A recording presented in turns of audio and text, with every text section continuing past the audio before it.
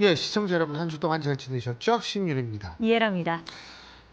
어, 지난 19일 날 발표된 여론조사고요. 예. 7월 16일부터 18일까지 전국 18세 이상 1000명을 대상으로 전화조사와 인터뷰 방식으로 실시한 한국갤럽의 자체 정례 여론조사를 보면은요. 예. 이거 제가 왜 말씀드리는지 아세요?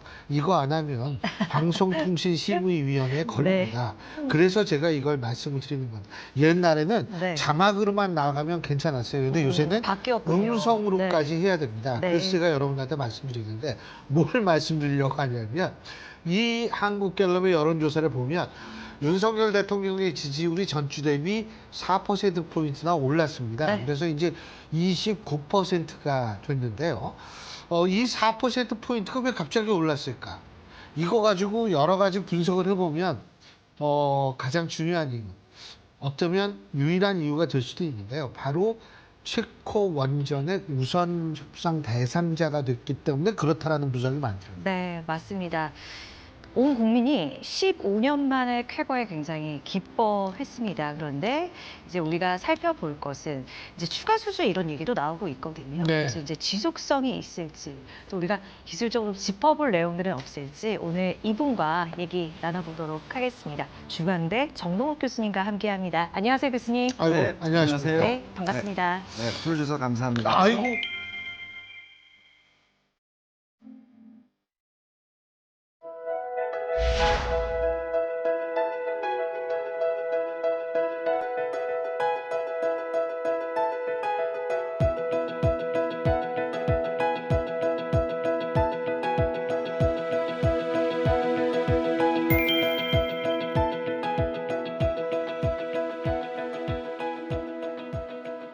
그럼 먼저 그 우선 협상 대상자로 되면 우리 수주하는 겁니까? 그게 뭐예요? 거의 뭐 저는 이게 바뀔 이유가 없다고 봅니다. 왜 우선 협상 대상자를 두냐면 말이죠. 예. 처음에 이제 입찰 경쟁을 한 다음에 네. 이제 거기에는 이제 전반적인 이 건설의 총 예산 같은 게 좀 잡혀요. 근데 이제 거기에는 여러 가지 패키지가 있어요. 그걸 갖다가 아주 상세하게 논의를 하면서 이제 계약가를 확정하게 되는데 왜 그러냐면 말이죠. 그 앵커님도 뭐 아시다시피 자동차 살 적에 베이직 모델이 있고 거기에 이제 무슨 뭐 그렇죠. 스포티 모델, 네. 프리미엄 모델 그런 패키지가 붙지 않습니까? 원전 똑같습니다. 그 수십 조짜리 제품이 단일가겠어요? 거기에 어떤 패키지를 넣느냐에 달려 있어요. 예를 들게 되면은 10년치 예비품을 갖다 포함해서 이번에 할 것이냐, 아니면 어떤 데는 펌프가 2대 필요한데 한 3대 정도를 더 넣을 것이냐.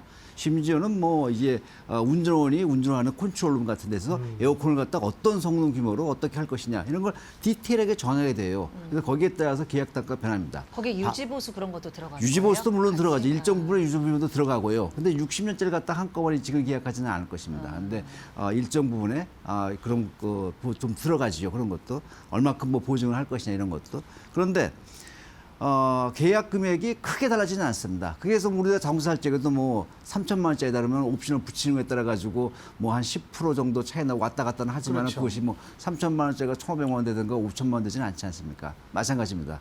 그리고 제가 바뀌지 않을 것인 건 뭐냐면은 체코 정부는 2036년에 원전을 갖다 가동시켜야 돼요. 그래야지만 자기네들이 필요한 전력수를 맞출 수가 있거든요. 근데 지금 이걸 갖다가 바꾼다면은 그걸 맞출 수가 없어요. 그러면 어떤 대체 전원 같은 걸 넣어야 할 텐데 그 비용이 만만치 않습니다. 그러니까 체코 정부로서는 최적의 파트너를 만났고 2036까지 자기가 필요한 전기를 갖다 받아야 되니까 그리고 이제 계약을 갖다가 협상을 통해 가지고 이제 패키지를 완성하는 거거든요.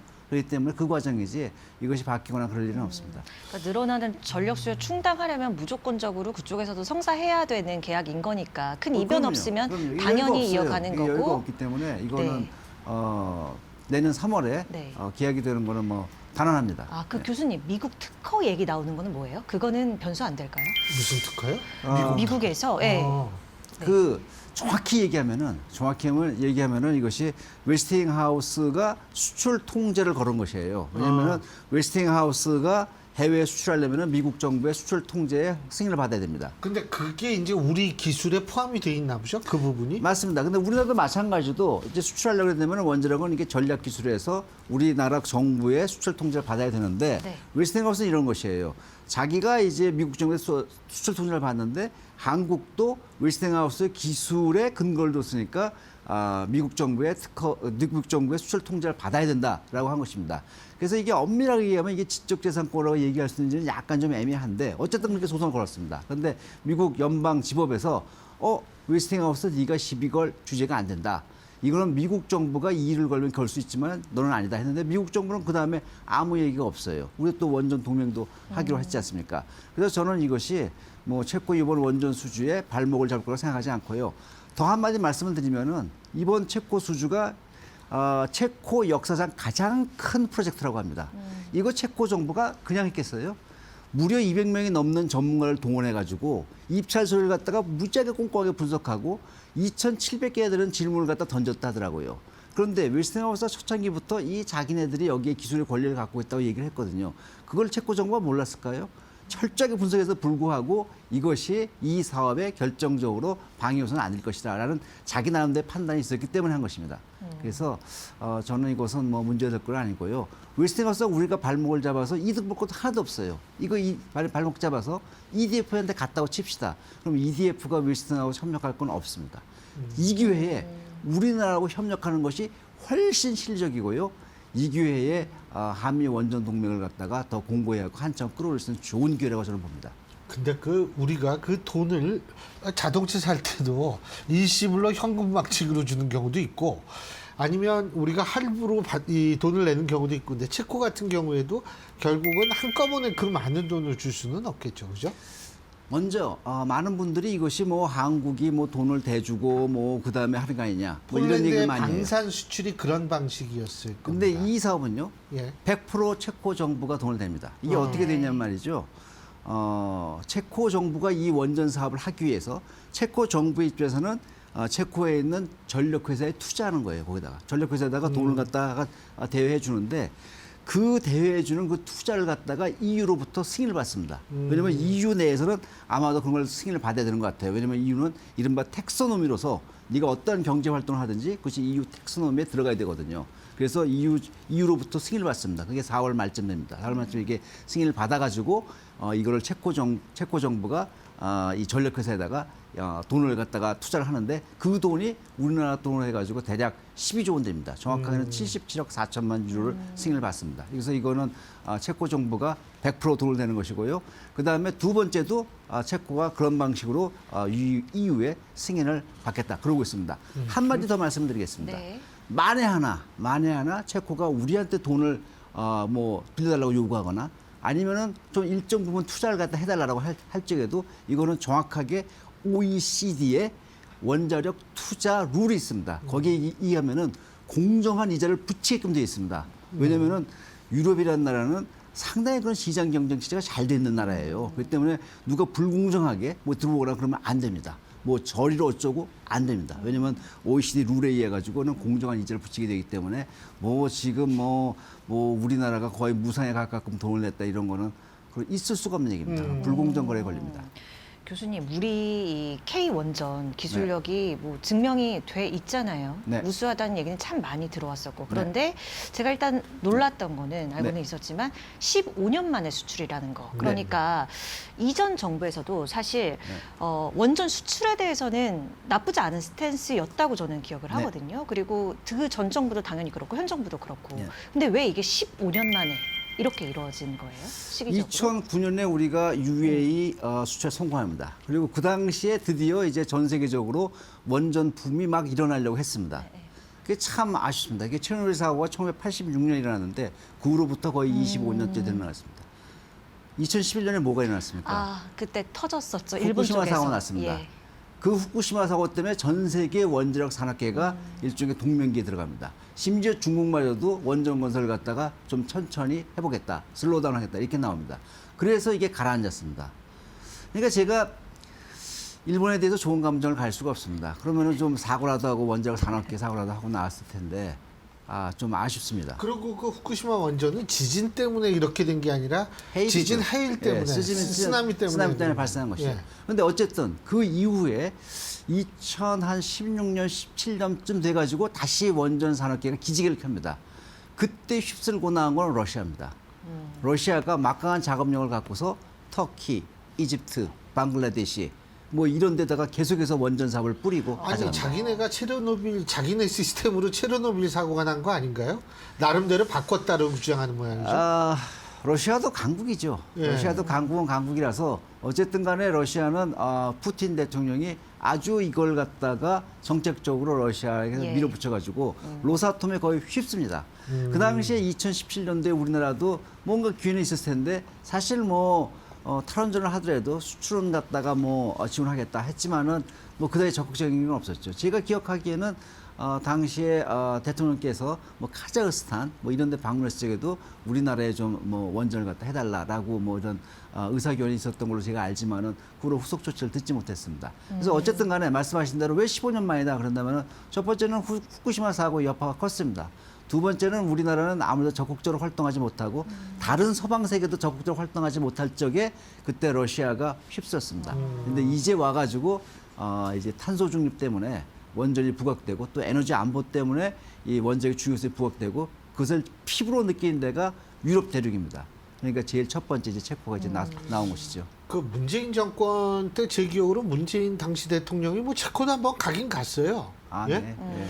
가긴 갔는데 제 기억으로는 근데 어쨌든 이번의 수준은 윤석열 정권 들어와서 이 정권이 추진한 거다 이 말씀이시죠 이게 그죠? 그렇죠. 본격적으로 네. 추진된 거는 이게 원전 계획은 오래 전부터 세우긴 세우는데 아시지 않습니까? 이제 결승전에 다가갈수록 전력 질주하고 여러 가지 많은 활동이 일어나고 하는 거 아니겠습니까? 그러니까 지난 한 2년간의 활동이 굉장히 중요했죠. 굉장히 중요했습니다. 우리나라가 원전 한 몇 위 정도로 볼 수 있는 겁니까? 그러니까 아까 러시아도 말씀하셨고, 그러니까 기술력 가진 나라 우리나라, 뭐 미국, 프랑스, 러시아, 중국, 일본 요 정도라고 알고 있는데 맞나요? 전 세계에 지금 네. 현재 원전을 수출할 수 있는 나라는 5나라밖에 안 됩니다. 네. 우리나라, 미국, 프랑스, 중국, 러시아입니다. 과거에 캐나다도 뭐 수출한 경험이 있긴 있습니다. 네. 있지만은 캔두 리액터를 갖다 더 이상 뭐 선호하는 나라는 없는 것 같아요. 그러니까 실질적으로 5나라인데 중국과 러시아는 약간 좀 배제되는 분위기죠. 그리고 중국은 지금 자기 나라 자국의 원전 짓기도 바빠요. 근데 자기 나라 원전 다 짓고 나오면은 그다음부터는 세계 시장에 좀 더 본격적으로 나올 겁니다. 왜냐하면 막강한 인프라를 구축했기 때문에 그때에 대비해서 우리도 어떻게든 간에 초격차 기술을 갖다가 계속 유지 관리해야 됩니다. 러시아 같은 경우는 많이 배제됐죠. 그러니까 사실은 어디 가나 앞으로 어떤 원전 사업에 가서 부딪히는 거는 우리나라 그다음에 프랑스, 미국 3파전이 될 것입니다. 3파전이 돼서 근데 이번에 우리가 이걸 했다는 거는 또 좋은 또 실적이 되지요. 그러니까 여쭤본 이유가 이제 뭐 추가 수주할 수 있냐, 이제 다시 원전 붐 일으면 그만큼 우리가 할 수 있는 여력이 있나, 추가 수주 같은 얘기를 많이 하더라고요. 그래서 여쭤봤어요. 얼마나 네. 다른 나라들을 제쳐야 되는지 궁금해서. 추가 애국자예요. 추가 수술을 할 수 있냐고 질문하시면은 당연히 할 수 있지요. 네. 근데 이게 원전이라는 건 말이죠. 네. 일종의 이게 사실 기업 간의 경쟁이거든요. 우리나라 같은 팀 코리아, 한수원을 갖다 주는 팀 코리아, 프랑스는 이제 EDF가 대표에서 나왔는데 일종의 월드컵 게임하고 좀 비슷해요. 이게 국가 대항전 비슷합니다. 그래가지고 여러 가지 변수가 많습니다. 그래서 우리나라가 브라질하고 붙어도 우리 국민들은 우리나라가 이길 거야. 너 어디다 돈 걸래? 그러면 우리나라에 돈 걸지 않습니까? 어떨래? 마찬가지입니다. 상대방이 누구든 간에 우리나라는 어쨌든 간에 이걸 해낸다. 라기 때문에 항상 저는 우리나라가 이긴다. 수주한다는 데 배팅을 하고요. 그다음에 찬스는 굉장히 많습니다.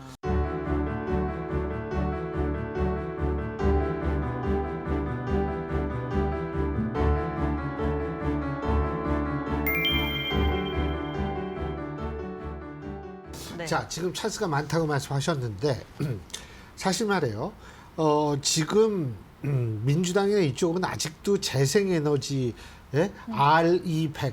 근데 좀 신기한 게 RE는 스펠링인데 영문인데 100은? 왜 100은 우리나라 말로 하는지 전 그건 잘 모르겠어요. 근데 우리나라에서 RE100이라고 얘기를 하죠. 맨날 이거 얘기를 하면서 재생에너지 뭐 이런 얘기를 하거든요. 자, 제가 교수님께 여쭤보고 싶은 게 지금 전 세계가 다시 원전을 많이 짓는 추세입니까 아닙니까? 짓는 추세입니다. 이거는 아주 확실합니다. 확실하게 세계 여러 나라들이 지금 새롭게 원전을 갖다 도입하려고 하는데 재생에너지보다 원전을 도입하기가 어려운 거는요. 재생에너지는 그 인프라 시설이 그렇게 크지 않아도 할 수 있어요. 사실은 뭐 일반적인 건설 토목공사 비슷하거든요. 근데 원전을 하고 싶어도 그 인프라가 웬만큼 있는 데가 별로 없어요.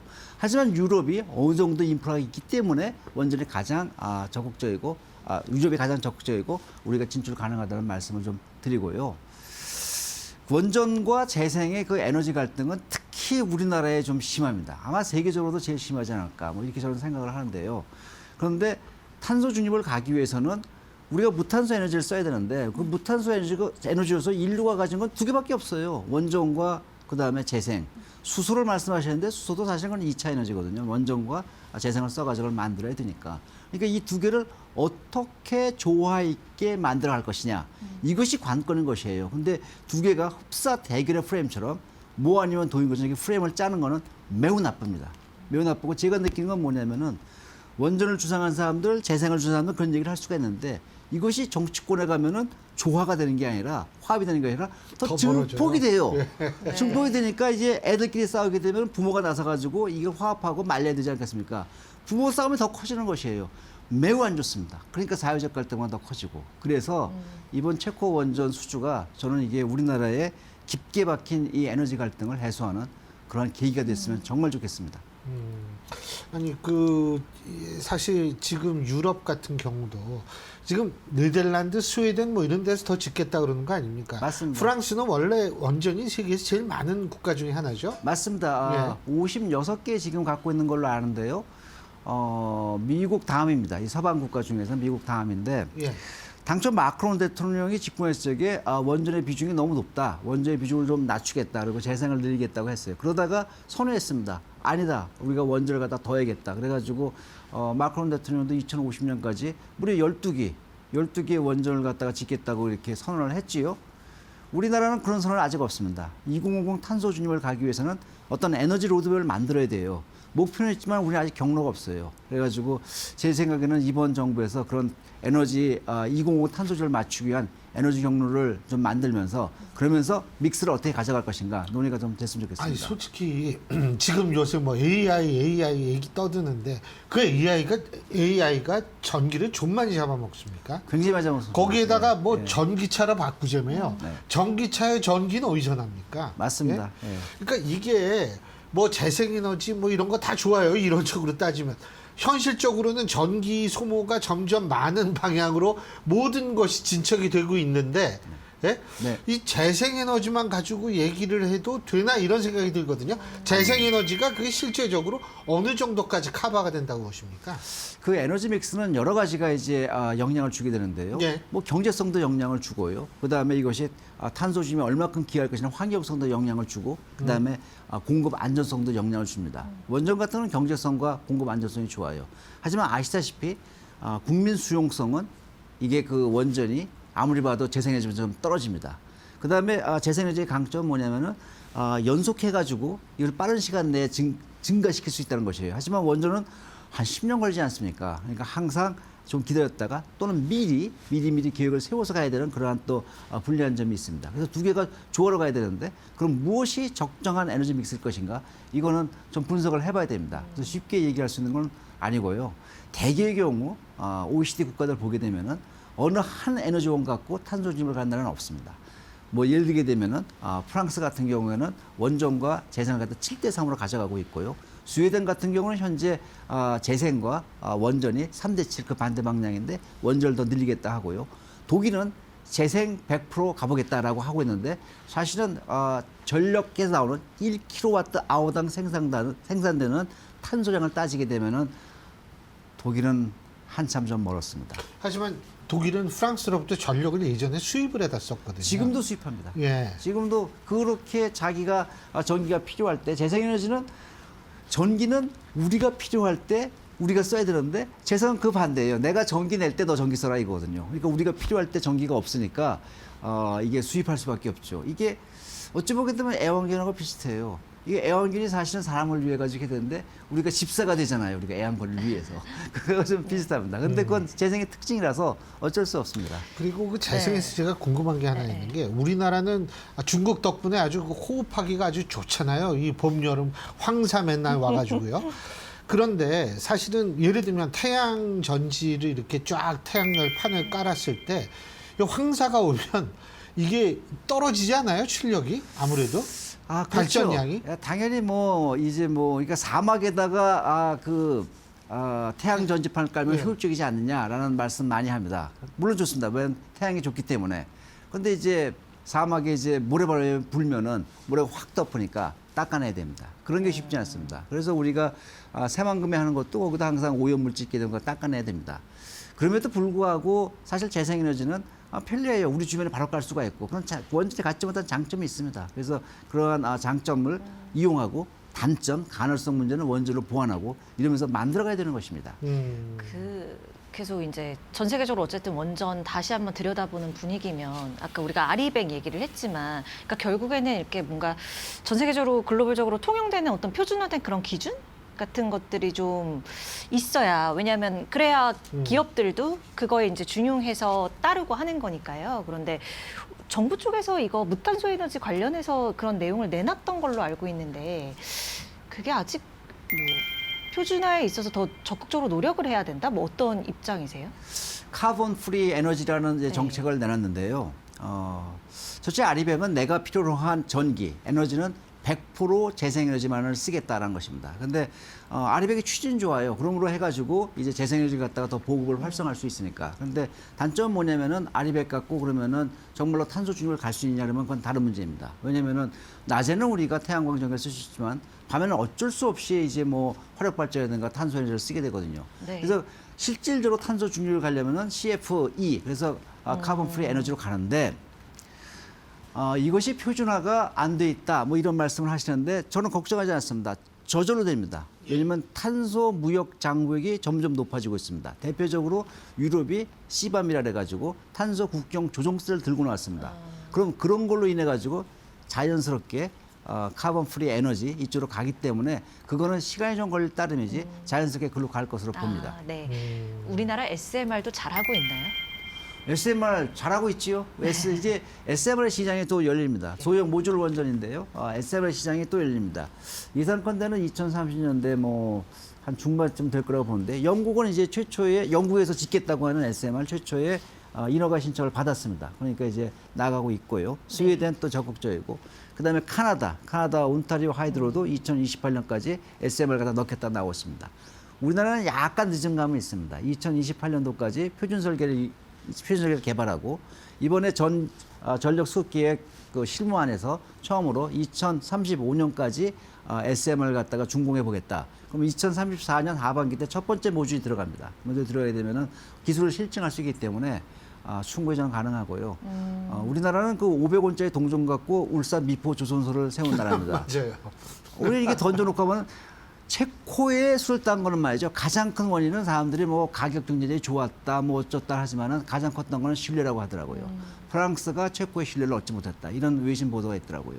그만큼 우리나라가 신뢰가 있는 나라입니다. 그래서 한국이 한다고 하면 전 세계가 진지하게 바라봅니다. 그래서 SMR도 저는 성공할 것으로 봅니다. 근데 그 SMR 반대하는 사람도 많더라고요. 또 뭐 위험하다 그러고 뭐. 세상에 모든 사람이 다 찬성하는 그런 기술, 모든 사람이 다 찬성하는 그런 사업은 없습니다. 당연히 그렇죠. 반대하는 분들도 계시고요. 그 반대의 목소리를 갖다가 잘 새겨 들어가지고 위험을 회피하고 그다음에 사업을 안정적으로 가고 더욱더 기술 개발에 매진하는 것이 그것이 엔지니어의 역할이라고 봅니다. 그 앞서 교수님께서 이번 원전 수출이 좀 우리나라에 있어서 아주 해묵은 에너지 갈등을 좀 해소하는 계기가 됐으면 좋겠다 이렇게 말씀해 주셨잖아요. 그런데 이제 국회에서 뭐 방패물 처리 특별법, 입법 뭐 이런 얘기 하던데 이거 관련해서는 좀 어떻게 보세요? 그걸 저는 왜 안 해주는지를 모르겠습니다. 방사선 폐기물, 고준위 폐기물 방사성 그런데 폐기물. 이게 사용후 해결료를 갖다가 이제 우리가 사는 생활 공간에서 영원히 격리하자는 것이거든요. 이미 나와 있는 것이에요. 이거는 이미 나와서 우리가 혜택을 본 거에 대한 부산물을 갖다가 우리의 생활 공간에서 완전히 격리하자는 것인데 맨날 그 사용후 해결료 위험하다 이러시는 분들이 그걸 반대해요. 위험하니까 땅속 깊이 묻겠다. 근데 반대하면 어쩌란 말입니까? 그다음에 또 사용 해결을 갖다가 10만 년 동안 보관할 수 없어서 불안하다 말씀하십니다. 그런데 말이죠. 스웨덴에서 사용 후 해결료 처분장 그 안전 분석을 해보니까 이것이 어떠한 가혹한 조건에서 한다 하더라도 이 사용 후 해결료에 있는 방사 물질이 지상에 나온 데까지는 5만 년 걸린다고 합니다. 그 기후 변화 때문에 2100년까지 76년 남았습니다. 그러면은 앵커님은 76년 앞을 걱정해가지고 여기에 내가 몰입을 하겠습니까? 아니면 5만 년 후에 어떻게 될지 모르는데 거기 하겠습니까? 이건 선택의 문제입니다. 무엇이 중한디? 라는 말이 있습니다. 정말 중요한 것에 전력 투구를 해가지고 그걸 해결한 다음에 그 다음에 다른 대안이 없는지 찾아보는 것도 충분합니다. 그런데도 불구하고 사용 해결을 갖다가 자꾸 이렇게 하는 것은 전 너무나도 아쉽고 이해하기 어렵습니다. 사실 그 방사성 폐기물 처리하는 거 그때 옛날에 저기 부안 지역에 하려고 했다가 그것도 고준위가 아니라 중저준위 폐기장이었었는데도 엄청난 반발에 부딪혀 결국 경주 쪽에 만들었을 경주 거예요. 같죠. 그죠? 예. 근데 지금 경주는 아무런 적이 없는데 어쨌든 지금 아마 정치권은 뭐냐면 어디에 뭐 땅 파고서 묻겠다 그러면 이제 그 지역이 난리가 날 것 같아가지고 눈치 보느라고 그러는 것 같아요. 이게 정치권이 나서서 해결해 줘야죠. 근데 정치권이 만약에 그런 문제 없이 다 해결된 걸 했으면 정치가 뭐가 필요 있겠습니까? 예. 그렇죠. 그 교수님 아세요? 우리나라 국회의원들이 대한민국 1인당 GDP 대비 그 사람들이 받는 월급이 1인당 GDP의 4배입니다. 예? 월급이. 네. 연봉이 1인당 GDP의 4배입니다. 미국이나 영국은 2배밖에 안 돼요. 그래서 근데 그 정도로 이 월급을 많이 받으시는 분들이 참 한심해요. 제가 볼 때는 뭘 하고 있는지 저도 아주 궁금해요. 예? 그래서 바로 그런 아주 중요한 문제들을 빨리 해결해야 되는데, 좀 그 교수님 같이 작게 전문가들이 좀, 열심히 말씀을 해주셔야죠.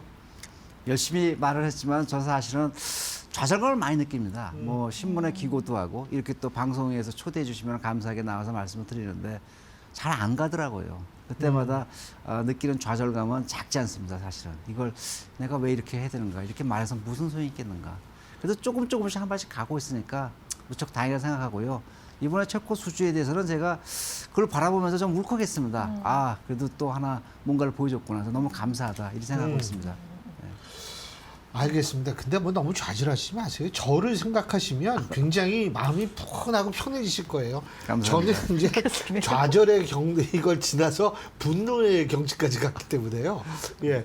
근데 어쨌든 잘된 일이고 우리가 사는 현실에 충실할 필요는 전 있다고 봅니다. 이상 중요하죠. 하지만 이상과 현실의 괴리가 있을 때 무엇을 택해야 되는가, 합리적 선택은 무엇인가를 한번 생각해 보게 된 그런 시간이었던 것 같습니다. 네. 맞습니다. 오늘 감사합니다, 말씀 잘 교수님. 들었습니다. 네. 감사합니다. 예, 우리가 살 때 제가 항상 얘기하는 게 있어요. 나이 들수록 뭐가 중요한지 아세요? 똑똑함으로 세상 사는 거 아닙니다. 현명함으로 우리가 세상을 살아야 하는데요. 지금 우리가 사는 세상, 과연 어떠한 것이 현명한 것인지 한번 곰곰이 생각해 볼 필요가 있지 않나, 그런 생각이 드는 그런 시간이었습니다. 네. 저희는 다음 시간에 인사드릴게요. 함께 해주신 여러분 고맙습니다. 예, 고맙습니다.